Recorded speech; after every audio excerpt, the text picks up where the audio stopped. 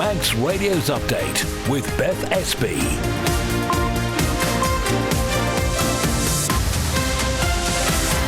Well, Fastamai, good evening. Welcome to Update this Tuesday evening. A quick rundown over the next half hour of all the news you need to know about.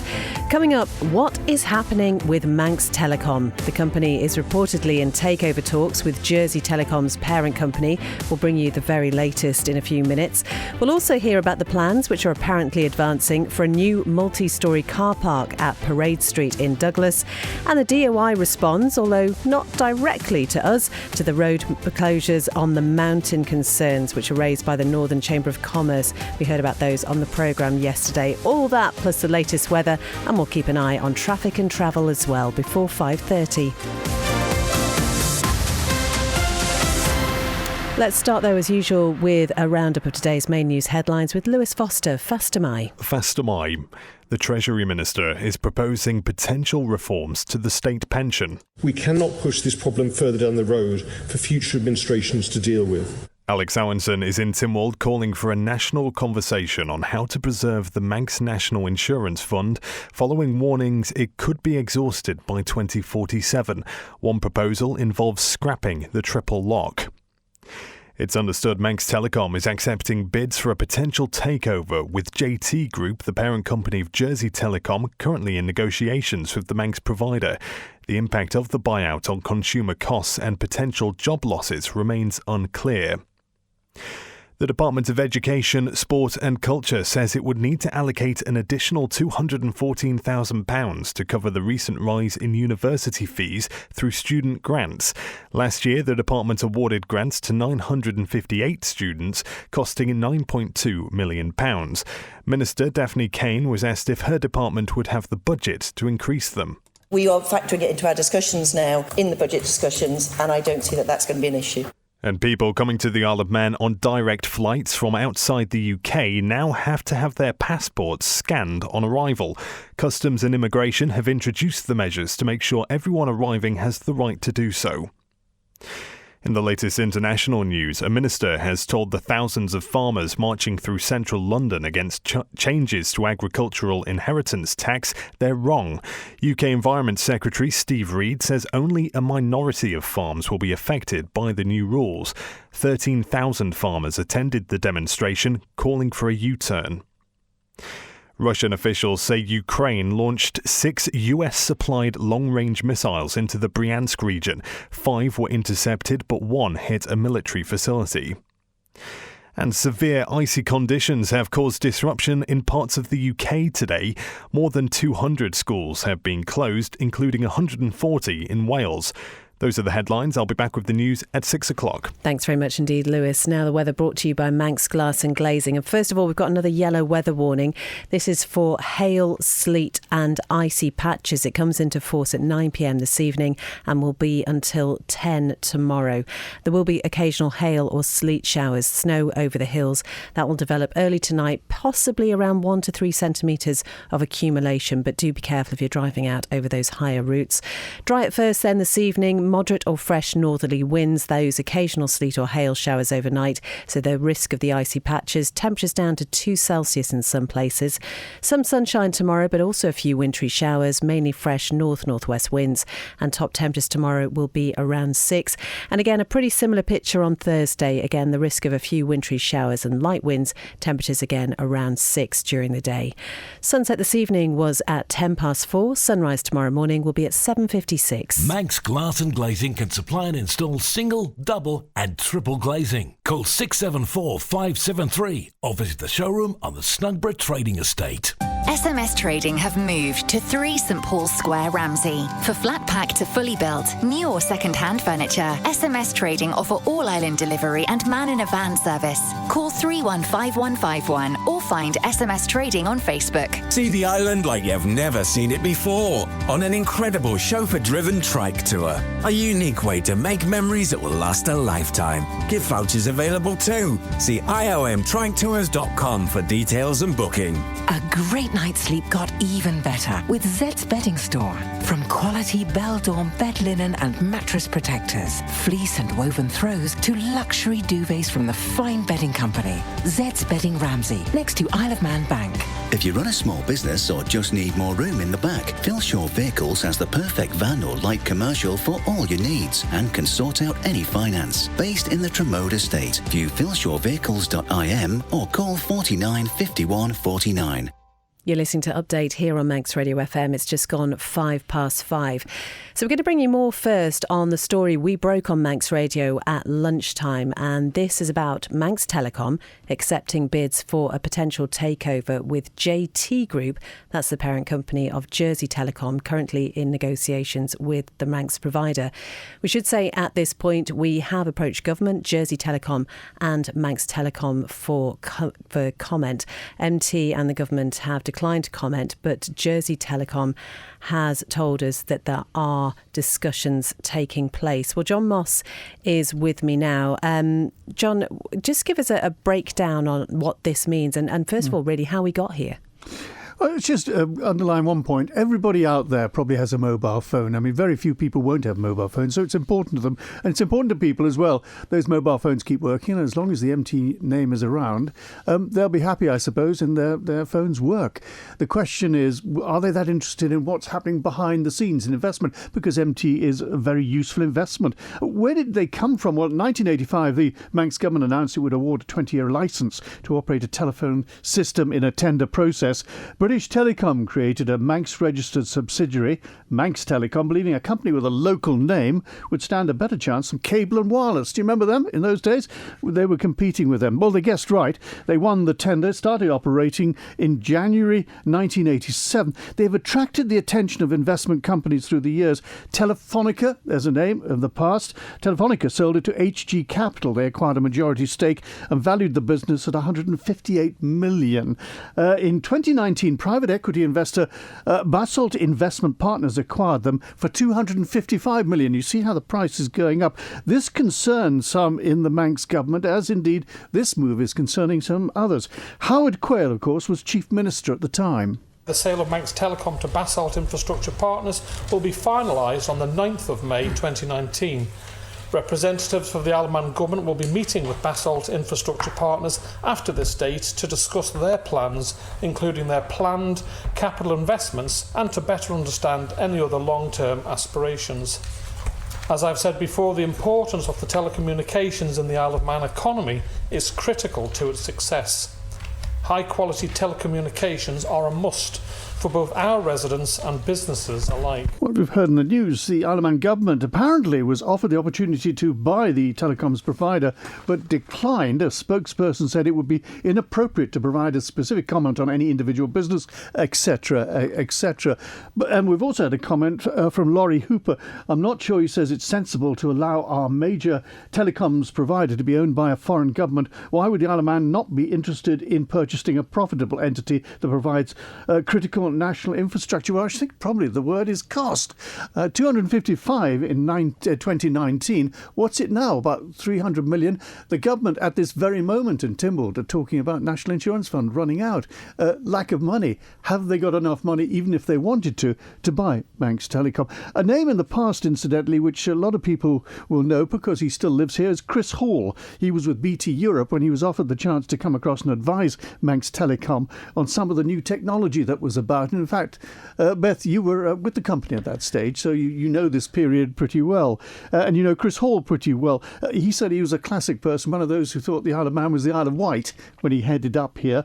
His job was to introduce broadband to the island, setting up the internet, setting up Manxnet, setting up the first data centre. The job was fantastic, and the people I were working with was fantastic. Obviously, he was thinking about you, Beth. Obviously. Well, apart from that, let's have a look at Jersey Telecom, a private company, but it's under 100% ownership by the government of Jersey, the States.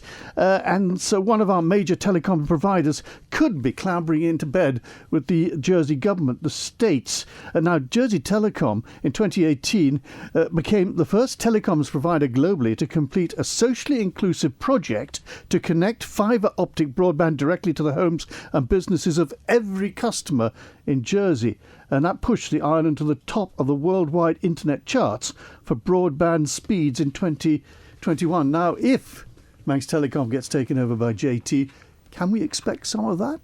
Well, we shall wait and see. You mentioned Laurie Hooper. We will be hearing more from Laurie Hooper on Breakfast tomorrow morning. John, thank you very much. John also mentioned the NI debate, which has been taking place in Tynwald this afternoon. I can tell you that Tynwald has voted to receive that report, which looks at addressing the long-term sustainability of the island's social security benefits and the NI scheme. We'll hear a little bit more about that later in the programme.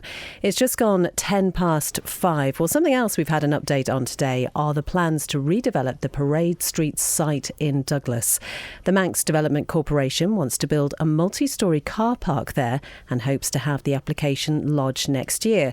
Lewis joins us now in the studio. And Lewis, first of all, was this an announcement we were expecting today? Well, thanks to my Beth, not today exactly, but plans to redevelop the Parade Street site into a multi-use, multi-storey car park have been suggested a couple of times over the past year or so.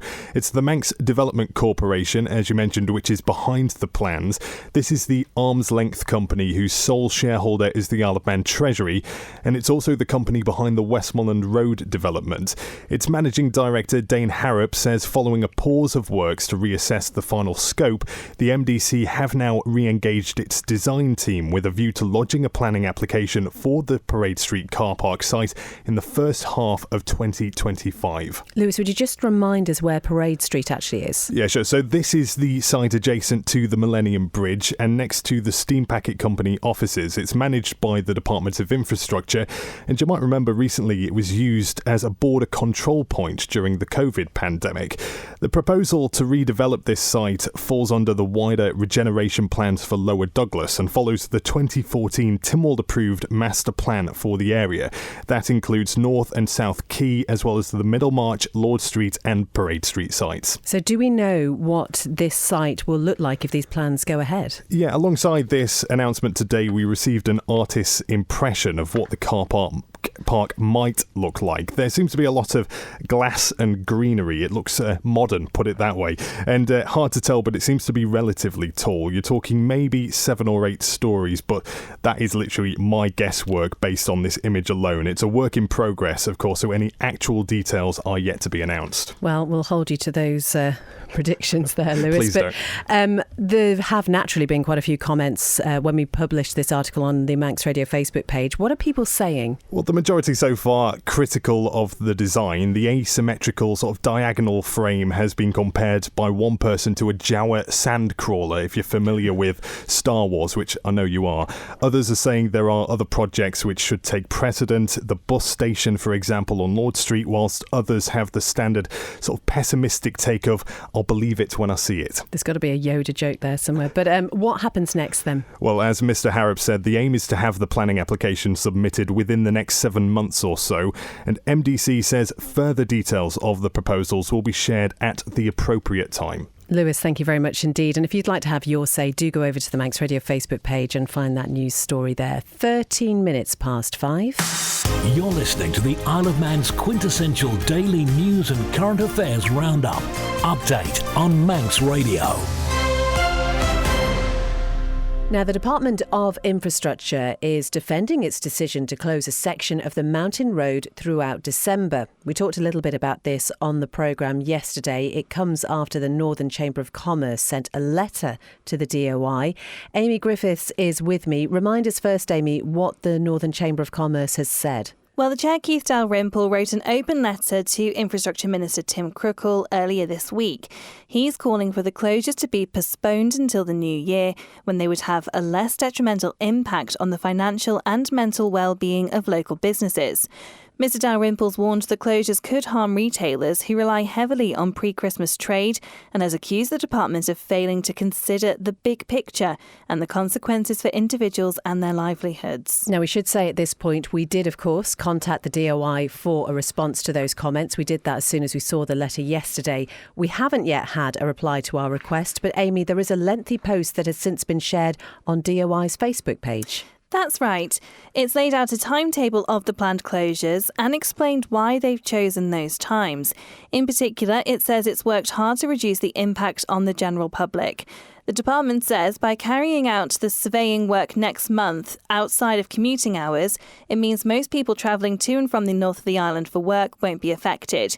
It's also specifically chosen Mondays and Tuesdays for the closures, as both the Victory Cafe and Peveril Rifle Range don't open on those days. But I understand the work on the mountain road isn't just taking place in December, is it? There is another round of work planned for Easter?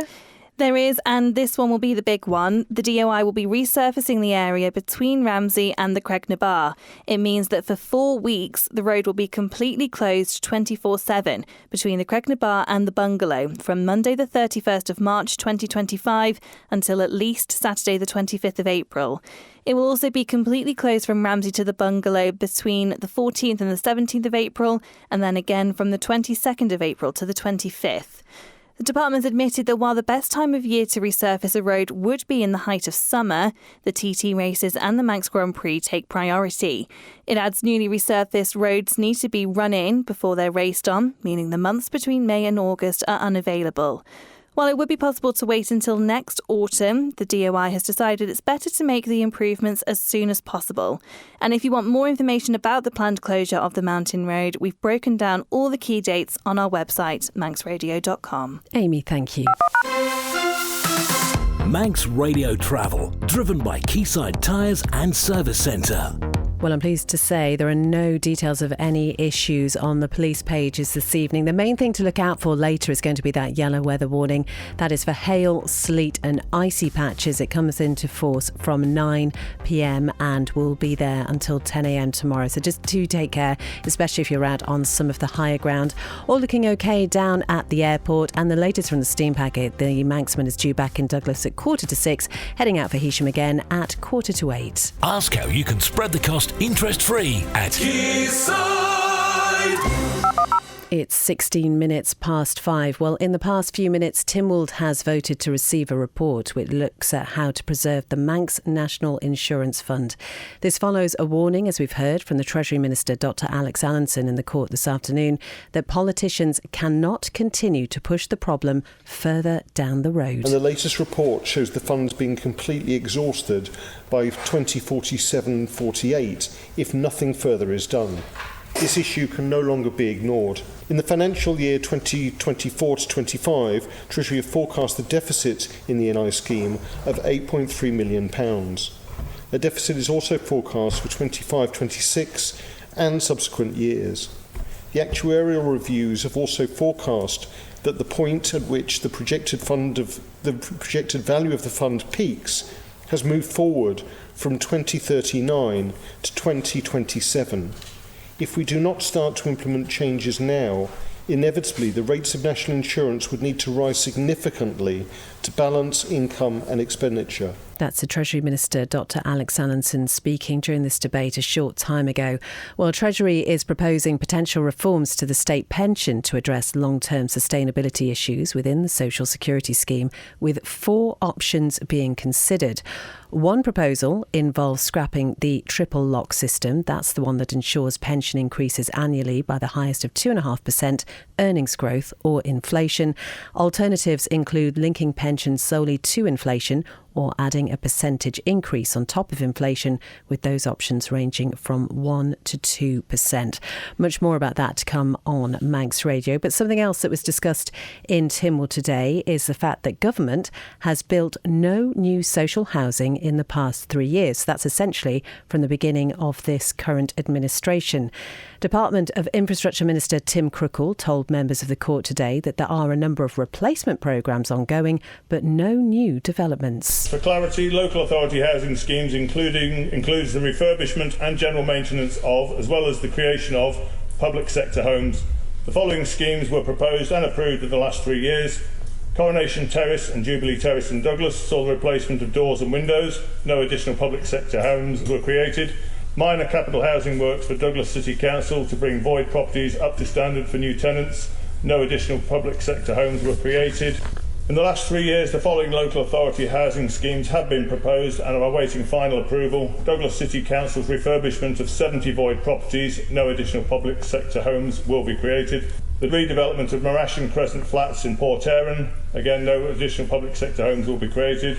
The sale of flats in Albert Street in Ramsey, with the intention of using the proceeds to either purchase or construct apartments in Ramsey.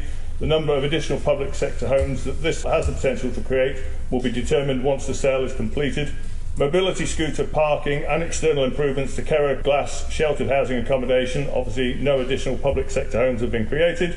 The acquisition of land on Albert Road in Ramsey will enable the redevelopment of Closeforry in Ramsey. This will see the existing block of 17 flats demolished and the site merged with the Albert Road site to construct 30 new flats, leading to an additional 30 public sector homes. There are currently no new housing schemes awaiting the department's approval. Is the Minister telling us that in the last 3 years of this administration, they have built not a single local authority public sector house? I think that is the case. There have been no new homes, there have been replacement homes, and obviously members will realise that there's some work going on down at Castletown at School Hill, but most of that is replacement work. That's a DOI Minister Tim Crookall responding to a question from Laurie Hooper there. Much more about what's going on in Tynwald on the Manx Radio website. And if you miss any of what happens over the next couple of days, it might stretch on to 3 days, maybe unlikely this time. Then we also have the Tynwald in Brief podcast. That's where Phil normally just wraps up the main items that have been discussed and debated so that you can have a listen and see what's been going on. Why wouldn't you want to do that? 21 minutes past 5. Education is the key to reducing food waste, according to the Environment, Food and Agriculture Minister.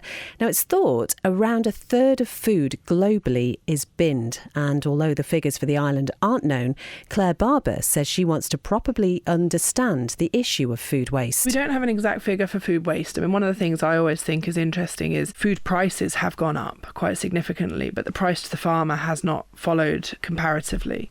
But in terms of food waste, I think some of the big things that have been challenging are buy one, get one free offers.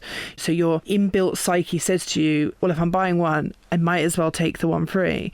But of course, the reality is you may not be able to utilise that. So I think there are some great initiatives that supermarkets have now brought in where it's buy one, get one free. And by the way, you can put something for the food bank as you come out. So, there are opportunities potentially to actually support the local community as well as taking opportunities of that offer. So ultimately it's the retailer picking up the cost. But I do think that there is a question mark for me over food waste and how we can properly understand that. Interestingly, actually, where I grew up back home, where my parents still are, they have food waste buckets now. So every week they get collected by the council, put through an AD plant and turned into energy. I think it's brilliant. I think it's something potentially down the line we could look at here. But what was really interesting was week one's data had a specific tonnage of waste. By about week 3, that had halved because people suddenly could see how much they were actually wasting, and it totally changed people's relationship. And I think there's something about that. I think when people have a compost heap, you start to understand in a far more tangible way what you're throwing away than when you're just throwing it in the bin.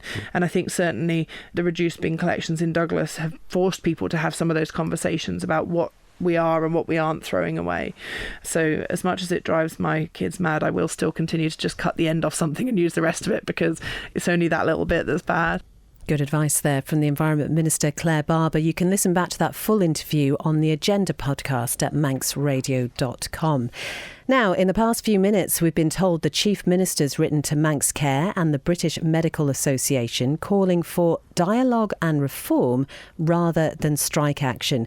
News editor Tessa Hawley is with me in the studio now. Tessa, this comes on the day that the BMA has started balloting doctors about industrial action. We were hearing about this on breakfast this morning. That's right, and that concerns the ongoing dispute about pay. Now, Alfred Cannon is also urging the chair of Manx Care to continue to make savings in areas which have the least impact on frontline services.